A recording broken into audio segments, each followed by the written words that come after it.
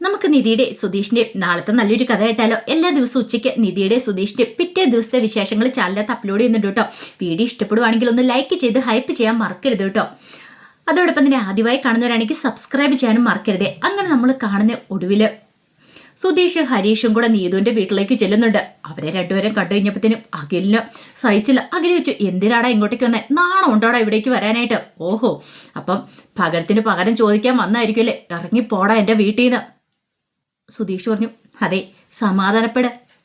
ഞങ്ങൾ ആരെങ്കിലും പറഞ്ഞിട്ടാണോ ഞങ്ങളുടെ വീട്ടിലേക്ക് നീ നിന്റെ കൂട്ടുകാരൻ കൂട്ടിക്കൊണ്ട് വന്നത്? അല്ലല്ലോ. അപ്പൊ പിന്നെ നീ അവിടെ അടങ്ങി നിൽക്കടാ. ഹരീഷ് പറഞ്ഞു, എടാ നീ എന്തിനാടാ നിന്റെ കൂട്ടുകാരൻ വിളിച്ചോണ്ട് എൻ്റെ വീട്ടിലേക്ക് വന്ന് പ്രശ്നം ഉണ്ടാക്കിയത്? ഹോ, അതാണോ കാര്യം? എൻ്റെ പെങ്ങളുടെ പിന്നാലെ നടന്ന പിന്നെ ഞാനെന്താടാ കയ്യും കെട്ടി നോക്കി നിൽക്കണോ? ഹരീഷ് പറഞ്ഞു, നിന്റെ പെങ്ങളുടെ പിന്നാലെ ഞാൻ നടന്നിട്ടില്ല. അവൾക്ക് എന്നെ ഇഷ്ടമാണ്, എനിക്ക് അവളെ ഇഷ്ടമാണ്.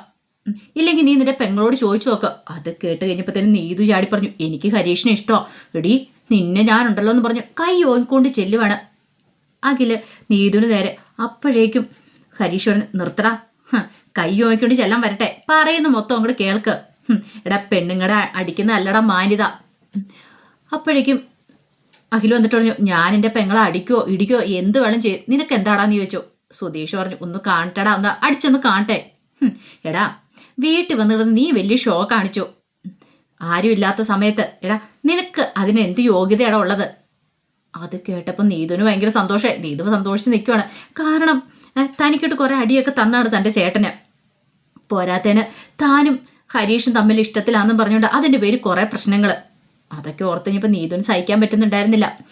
അപ്പോഴേക്കും നീതുവിൻ്റെ അമ്മ പറഞ്ഞു, ദേ ഒരു കാര്യം ഞാൻ പറയിക്കാം, മര്യാദയ്ക്ക് ഇറങ്ങിപ്പോയിക്കോണം അവിടുന്ന്, അല്ലേ ഒക്കത്തിനെ അടിച്ചിറക്കും. ഹരീഷ് പറഞ്ഞു, അങ്ങനെയൊന്നും അടിച്ചിറക്കാൻ പറ്റത്തൊന്നുമില്ല. ഞാനില്ലാത്ത സമയത്ത് എൻ്റെ വീട്ടിൽ വന്നിട്ട് നിങ്ങളുടെ മാം പ്രശ്നം ഉണ്ടാക്കി. അതെന്തിനാന്ന് ചോദിക്കുക, ഞാനിങ്ങോട്ടൊരു പ്രശ്നം ഉണ്ടാക്കാൻ വന്നില്ലല്ലോ. പിന്നെ നിങ്ങളുടെ മോളെ ഞാൻ എന്തായാലും ഈ വീട്ടിലേക്ക് വന്നല്ല കാണുന്നത്. നിങ്ങളുടെ മോള് വർക്ക്ഷോപ്പിലേക്ക് വരുന്ന അവിടെ വെച്ച് കണ്ട് സംസാരിക്കുന്നുണ്ട്. അത് അവൾക്ക് എന്നെ ഇഷ്ടമായതുകൊണ്ടാണ്. തിരിച്ച് അവളെ എനിക്കും ഇഷ്ടമാണ്. സുധീഷ് പറഞ്ഞു, അതെ, ഇവർ തമ്മിൽ പരസ്പരം ഇഷ്ടത്തിലാണ്. അപ്പം പിന്നെ എതിർത്തിട്ട് കാര്യമൊന്നുമില്ല. ആ സമയം നീതുവിൻ്റെ അച്ഛൻ പറഞ്ഞു, ഇഷ്ടത്തിലാന്ന് പറഞ്ഞുകൊണ്ട് ഞങ്ങൾ കല്യാണം നടത്തി തരണോ അല്ലേ? കല്യാണം നടത്തി തരുവാണെങ്കിൽ അത് ഏറ്റവും നല്ല കാര്യം എന്ന് സുധീഷ് പറഞ്ഞു. നീതുവിൻ്റെ അമ്മ പറഞ്ഞു, ഇറങ്ങി പോയിക്കോണം അവിടുന്ന്. എടാ നാണം ഉണ്ടോടാ നിൻ്റെയൊക്കെ ആ ചെറ്റക്കുടിയിലുള്ള പോലെയുള്ള ആ വീട്ടിലേക്ക്? എൻ്റെ മോളെ ആലോചിച്ചുകൊണ്ട് വന്നിരിക്കുന്നു. എടാ നിൻ്റെയൊക്കെ വീട് ഞാൻ പറയണില്ല. എടാ നിനക്കൊക്കെ പറയാനായിട്ട് എന്തെങ്കിലും അന്തസ്സോ അഭിമാനം ഉണ്ടോ? മര്യാദയ്ക്കാണ് നിൻ്റെയൊക്കെ കുടുംബം? ആരെങ്കിലും ഒരാളെങ്കിലും നല്ലത് പറയുന്നുണ്ടോ? അത് കേട്ടപ്പം സുധീഷ് വീട് മൊത്തം നോക്കി. എന്നിട്ട് അഖിലിൻ്റെ അടുത്ത് എന്നിട്ട് ചോദിച്ചു, എടാ തീപ്പെട്ടിയുടെ അത്ര വലിപ്പമുള്ള ഈ വീട് നിന്ന് ഇത് തിരിയാൻ പോലും സമലമില്ല. എടാ എന്നിട്ടാണോടാ നീ ഞങ്ങളുടെ വീടിനെ വന്ന് കുറ്റം പറഞ്ഞത്? ഇത് വാടക വീട് പോലൊരു കുഞ്ഞൊരു വീട്. എടാ കുറ്റം പറയുമ്പോൾ അതിൻ്റെതായ യോഗ്യത ഉണ്ടായിട്ടോ കുറ്റം പറയാവുള്ളൂ, അല്ലാതെ കുറ്റം പറയാൻ വരല്ലോ. അപ്പോഴേക്കും അഖില് അടിക്കാനായിട്ട് ഒരുങ്ങുവാണ് സുധീഷിനെ. ഹരീഷ് ഇടയ്ക്കിലേക്ക് കയറി, തൊട്ട് പോയേക്കരുത് സുധീഷ് എണ്ണെ.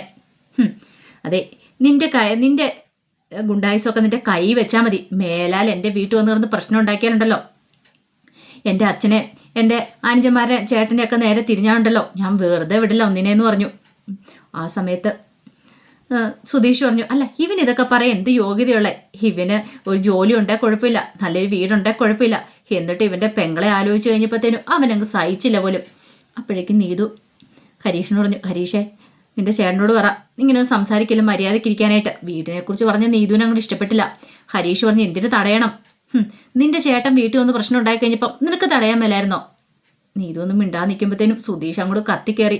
ഒടുവിൽ ഹരീഷ് സുധീഷിനോട് പറഞ്ഞു, ബാ ഇനി നമുക്ക് ഇറങ്ങിയേക്കാന്ന് പറഞ്ഞ് പുറത്തേക്ക് ഇറങ്ങി കഴിയുമ്പോഴത്തേനും നീതുവിനോട് ദേഷ്യപ്പെട്ടു.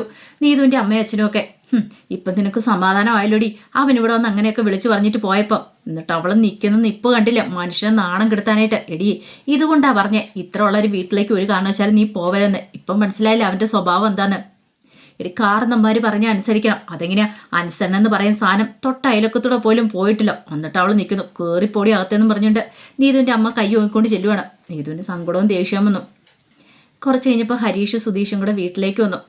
വീട്ടിലേക്ക് വന്നു കഴിഞ്ഞപ്പോൾ സബോളയൊക്കെ പൊളിച്ചുകൊണ്ടിരിക്കുകയാണ് നികേഷും നിധിയും കൂടെ കൂടിയിട്ട്. അങ്ങനെ അത് കണ്ടു കഴിഞ്ഞപ്പോഴത്തേനും നികേഷിനോട് ചോദിച്ചു, എന്താടാ നീ സബോള അരിവാണോ? സബോള അരിവാണോ? ഞാനിവിടെ പൊളിക്കുന്ന കണ്ടില്ലേ? ഓ ഇത് പൊളിച്ചു കഴിഞ്ഞിട്ട് നേരെ ചട്ടിക്കകത്ത് ഇടുക്കി ഇടുമല്ലോ, അരിഞ്ഞു കഴിഞ്ഞിട്ടല്ലേ ഇടുന്നേ? ആയിക്കോട്ടെ, സുധീഷാണെന്ന് അറിയാലോ, പിന്നെ ചോദിക്കേണ്ട കാര്യമില്ലല്ലോ. അപ്പോഴേക്കും നിധി ഹരീഷിനോട് ചോദിച്ചു, അല്ല നിങ്ങൾ രണ്ടുപേരും കൂടെ രാവിലെ ഇത് എവിടെ പോയതായിരുന്നു? അതോ ഞങ്ങൾ നടക്കാൻ പോയത്? നടക്കാനോ? നികേഷ് ഇങ്ങനെ നോക്കി. ഒരിക്കലും നടക്കുന്ന കാര്യമല്ലത് നടക്കാൻ പോകുന്ന പറഞ്ഞാൽ. രണ്ടുപേരും എപ്പോഴും കീരിയും പാമ്പിനെ പോലെ നിൽക്കുന്ന, എന്നിട്ട് രണ്ടുപേരും ഒരുമിച്ച് നടക്കാൻ പോയി. അത് വിശ്വസിക്കണം പോലും. നികേഷ് പറഞ്ഞു, എന്തൊക്കെ വിശ്വസിച്ചെന്ന് പറഞ്ഞാൽ ഇത് വിശ്വസിക്കില്ല. അപ്പോഴേക്ക് സുധീഷ് പറഞ്ഞു, നടക്കാനല്ലേ ഞങ്ങൾ പോയത്, ജോഗിങ്ങിന് പോയതാ. ഓ അങ്ങനെയാണോ? നിധി ഇങ്ങനെ രൂക്ഷമായിട്ട് നോക്കണം. അപ്പോഴേക്ക് സുഭാഷ് അങ്ങോട്ട് വന്നു. സുഭാഷ് വന്നിട്ട് ചോ, എടാ സത്യം പറയടാ, രണ്ടുപേരും കൂടെ അങ്ങോട്ട് പോയതാ.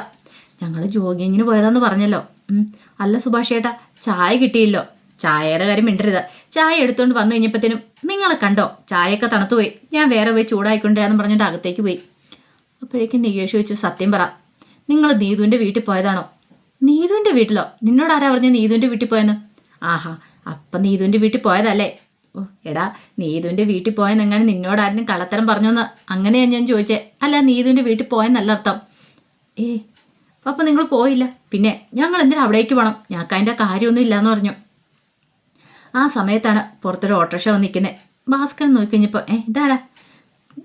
അതിലൂടെ പോകേണ്ട വണ്ടി ഇതിലൂടെ വഴി മാറി കയറി വന്നിട്ടുണ്ടല്ലോ, എന്തെങ്കിലും പ്രശ്നമാണോ?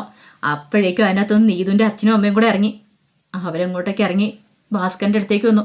ഭാസ്കരനെ കണ്ടു കഴിഞ്ഞിട്ട് നീതുവിൻ്റെ അച്ഛൻ പറഞ്ഞു, അതെ ഒരു കാര്യം എനിക്ക് പറയാനുണ്ട്, മക്കളെ വളർത്തോണം, നല്ല രീതിയിൽ വളർത്തണം കേട്ടോടാ ലോറിക്കാരാ, അല്ലെങ്കിലുണ്ടല്ലോ.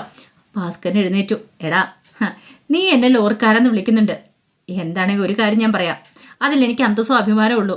പക്ഷേങ്കിലേ ഇവിടെ വന്ന് കിടന്ന് നിന്റെ മോൻ കുറച്ച് പ്രശ്നങ്ങളും കാര്യങ്ങളൊക്കെ ഉണ്ടാക്കി, അതിനുള്ള യോഗ്യത അവനെന്താണോ ഉള്ളത്? ഒച്ചപ്പാടും ബേളം കേട്ട് അകത്തുനിന്ന് ബാക്കി എല്ലാവരും ഇറങ്ങി വരുവാണ്. നീതുവിൻ്റെ അച്ഛനും അമ്മയും കണ്ടു കഴിഞ്ഞപ്പോഴത്തേനും ഹരീഷ് സുധീഷും പരസ്പരം നോക്കി. അവർക്ക് മനസ്സിലായി വഴക്കുണ്ടാക്കാനുള്ള പുറപ്പാടാന്ന്. സുഭാഷ് വന്നിട്ടിച്ചു, അല്ല എന്താ കാര്യം? കാര്യം എന്താണെന്നറിയില്ലല്ലേ? ഇവന്മാര് വീട്ടിൽ വന്ന് കിടന്നിട്ടെ എന്ത് ഡയലോഗും കാര്യങ്ങളൊക്കെ ആയിരുന്നു. എൻ്റെ മോനെ പിടിച്ച് തല്ലാൻ തുടങ്ങി, എന്തൊക്കെ പ്രശ്നങ്ങളായിരുന്നു. ഇതങ്ങനെ വെറുതെ വിടുമെന്ന് കരുതുന്നുണ്ടോ? എൻ്റെ മോളെ ഞാൻ ഈ ഹരീഷിനെ കൊണ്ട് കെട്ടിക്കണമല്ലേ, അത് ഈ ജന്മത്തിൽ നടക്കില്ല, എൻ്റെ കൊക്കിന് ജീവനുണ്ടെ നടക്കില്ലാന്ന് നീതുവിൻ്റെ അമ്മ പറഞ്ഞു. അപ്പോഴേക്കും സുഭാഷ് അവരെ നോക്കി. എന്നിട്ട് ചോദിച്ചു, സത്യമാണോടാ നിങ്ങൾ അവിടെ പോയെന്ന് ചോദിച്ചു. അമ്മയൊന്നും മിണ്ടുന്നില്ല. ആ സമയം നീതുവിൻ്റെ അച്ഛൻ പറഞ്ഞു, ഒരു കാര്യം ഞാൻ പറഞ്ഞേക്കാം, മേലാലിനി ആ വീട്ടിലേക്ക് കാലെടുത്ത് കുത്തിയിട്ടുണ്ടല്ലോ, നിനക്കൊക്കെ എന്ത് യോഗ്യതയുണ്ടായിട്ടടാ അവിടെ വന്ന് കല്യാണം ആലോചിച്ചേ. അപ്പോഴേക്കും സുഭാഷ് പറഞ്ഞു, അതെ ചേട്ടാ, നമുക്ക് അകത്തിരുന്ന് സംസാരിക്കാം. ഹരീഷും നീതും തമ്മിൽ ഇഷ്ടത്തിലാണെങ്കിൽ ആ നടത്തി കൊടുക്കുന്നതല്ലേ നല്ലത്. അപ്പോഴേക്കും നീതുവിൻ്റെ അമ്മ ഒരാട്ടായിരുന്നു. പിന്നെ നടത്തി കൊടുക്കുന്ന അത് ഈ വീട്ടിലേക്ക്, ഇങ്ങനത്തെ പോലൊരു വീട്ടിലേക്ക് എൻ്റെ മോളെ ഞാൻ കെട്ടിച്ചുവിടാം. നല്ല രീതിയിലും കുടുംബത്തിൽ നിന്നാണെങ്കിലും കുഴപ്പമില്ല, നല്ലൊരു ചെക്കനാണെങ്കിലും കുഴപ്പമില്ല. ഇത് അതൊന്നും ഇല്ലാത്ത ഒരുത്തിന് വേണ്ടിയിട്ട് എൻ്റെ മോളെ ആലോചിക്കാൻ നിനക്കൊക്കെ പറയാൻ തന്നെ നാണമില്ലേ? അപ്പോഴേക്കും സുധീഷ് പറഞ്ഞു, ഓ ഈ പറയുന്ന നിങ്ങളുടെ വീടങ്ങളും മണിമാളികയാണല്ലോ, ഞങ്ങൾ വന്ന് കണ്ടായിരുന്നു. ഒരു തീപ്പെട്ടിയുടെ എത്ര പോലും ഇല്ലാത്തൊരു വീട്, എന്നിട്ടാണ് വന്ന് അഹങ്കാര വർത്താനം പറയണേ.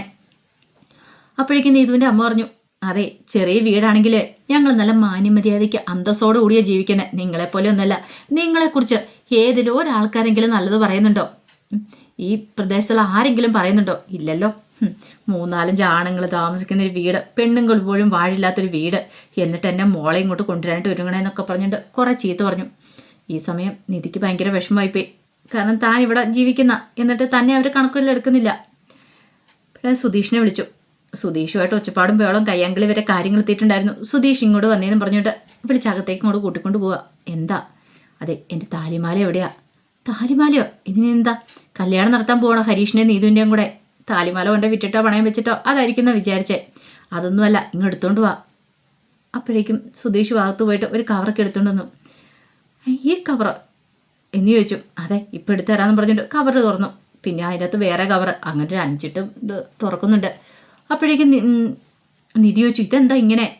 ഒന്ന് പെട്ടെന്ന് എടുത്തു തരാൻ പറഞ്ഞു. അതെ സൂക്ഷിച്ച് വെക്കണമെന്ന് എന്നോട് പറഞ്ഞില്ലേ, അതുകൊണ്ട് ഞാൻ സൂക്ഷിച്ച് വെച്ചാന്ന് പറഞ്ഞു. അങ്ങനെ ഒടുവിൽ ആ ബോക്സിനകത്തുനിന്ന് താലിമാല എടുത്തു കൊടുത്തു. പെട്ടെന്ന് നിധി അത് വാങ്ങിയിട്ട് ആ താലിമാല കഴുത്തിലേക്ക് ഇട്ടു. ഒരമ്പരപ്പോട് കൂടിയിട്ട് സുധീഷ് അത് നോക്കി നിൽക്കുവാണ്. താലിമാല കഴുത്തേലിട്ടോ. അതിനുശേഷം നിധി നേരെ മുറ്റത്തേക്ക് എന്നിട്ട് പറഞ്ഞു, ഒന്നും നിർത്തുന്നുണ്ടോ? കുറേ സമയമായല്ലോ തുടങ്ങിയിട്ട്, എനിക്ക് പറയാനുള്ളത് നിങ്ങൾ കേൾക്കണമെന്ന് പറഞ്ഞു. ആ സമയം അവർ അന്താളിപ്പോടെ നോക്കുക. നീ ഏതാടി പെണ്ണേ? അത് ഞാൻ സുധീഷിൻ്റെ ഭാര്യയാന്ന് പറഞ്ഞു. സുധീഷ് ഒരു നിമിഷം ഞെട്ടിപ്പോയി. സുധീഷ് ഇത്രയ്ക്ക് പ്രതീക്ഷിച്ചിട്ടുണ്ടായിരുന്നില്ല. ബാക്കി എല്ലാവരും അതേ ഇത് തന്നെയായിരുന്നു, അവരും പ്രതീക്ഷിച്ചിട്ടുണ്ടായിരുന്നില്ല. പെട്ടെന്ന് താലി ഉയർത്തി കാണിച്ചിട്ട് പറഞ്ഞു, ഈ താലി എൻ്റെ കഴുത്തെ കിട്ടിയത് സുധീഷാ. നിനക്കറിയാവോ, ഞാൻ ഈ വീട്ടിലേക്ക് വന്നിട്ട് 3-4 മാസമായി. എനിക്ക് ഇതുവരെയായിട്ട് ഒരു പ്രശ്നം ഉണ്ടായിട്ടില്ല. ഇവിടെ എല്ലാവരും എന്നെ നല്ല രീതിയിൽ തന്നെ കെയർ ചെയ്യുന്നത്. അച്ഛനാണെങ്കിലും ശരി, സുഭാഷേട്ടനാണെങ്കിലും ശരി, ഞാനും അച്ഛനും അമ്മയും ചേട്ടനും ചേച്ചിമാരും ഒക്കെയുള്ള വീട്ടിൽ നിന്ന് തന്നെ ഇങ്ങോട്ടേക്ക് വന്നത്. പക്ഷേ എനിക്ക് ഇവിടെ വന്നിട്ടൊരു പ്രശ്നമുള്ളതായിട്ട് തോന്നുന്നില്ല. പിന്നെ നിങ്ങളുടെ മോളെ നിങ്ങൾക്ക് ഇങ്ങോട്ടേക്ക് പറഞ്ഞു വിടുന്നതിന് എന്താ കുഴപ്പം? അപ്പോഴേക്കും നീതുവിൻ്റെ അമ്മ പറഞ്ഞു, ഞങ്ങളുടെ മോളെ ഞങ്ങൾക്ക് ഇങ്ങോട്ടേക്ക് പറഞ്ഞു വിടാൻ ഇഷ്ടമില്ല, അത് തന്നെ കുഴപ്പം. നിധി പറഞ്ഞു, ഓക്കെ ആയിക്കോട്ടെ, ഞങ്ങൾക്ക് അതിനകത്തൊരു പരാതിയില്ല. പക്ഷെ ഒരു കാര്യമുണ്ട്, നിങ്ങളുടെ മോളെ പറഞ്ഞു വിടാതിരിക്കുക നിങ്ങളുടെ ഇഷ്ടം. പിന്നെ ഈ വീട്ടിൻ്റെ മുറ്റത്ത് വന്നിട്ട് ഇങ്ങനെ ബഹളം ഉണ്ടാക്കാൻ ഞങ്ങൾ സമ്മതിക്കില്ല. ഇതിൻ്റെ പേരിൽ ഈ വീട്ടിൻ്റെ മുറ്റത്ത് വഴക്കും പാടില്ല. നിങ്ങൾക്ക് പോകണമെങ്കിൽ പോവാം, അതിൻ്റെ പേരിൽ ഒച്ചപ്പാടും ബഹളവും പാടില്ലെന്നും പറഞ്ഞിട്ട് നിധിയും പറയുന്നുണ്ട്. അതെല്ലാം കേട്ട് കഴിഞ്ഞപ്പം ഭാസ്കരൻ വരെ കോരിത്തരിച്ച് നിന്ന് പോവാ നിധിയുടെ ഓരോ വാക്കുകൾ കേട്ടിട്ട്. അതുപോലത്തെ ഡയലോഗും കാര്യങ്ങളൊക്കെ ആയിരുന്നു നിധി. ഒടുവിൽ നാണം കിട്ട് നീതുവിൻ്റെ അച്ഛനും അമ്മയൊക്കെ ഇറങ്ങിപ്പോകുന്നുണ്ട്. അപ്പോൾ അതിൻ്റെ കഥകളൊക്കെയാണ് നമ്മൾ കാണാൻ പോകുന്നത്. ആ വിശേഷങ്ങൾക്കായി നമുക്ക് എല്ലാവർക്കും കാത്തിരിക്കാം കേട്ടോ. ഒരിക്കൽ കൂടി എല്ലാവർക്കും ശുഭദിനം നേർന്നുകൊണ്ട് നിർത്തുന്നു. നന്ദി.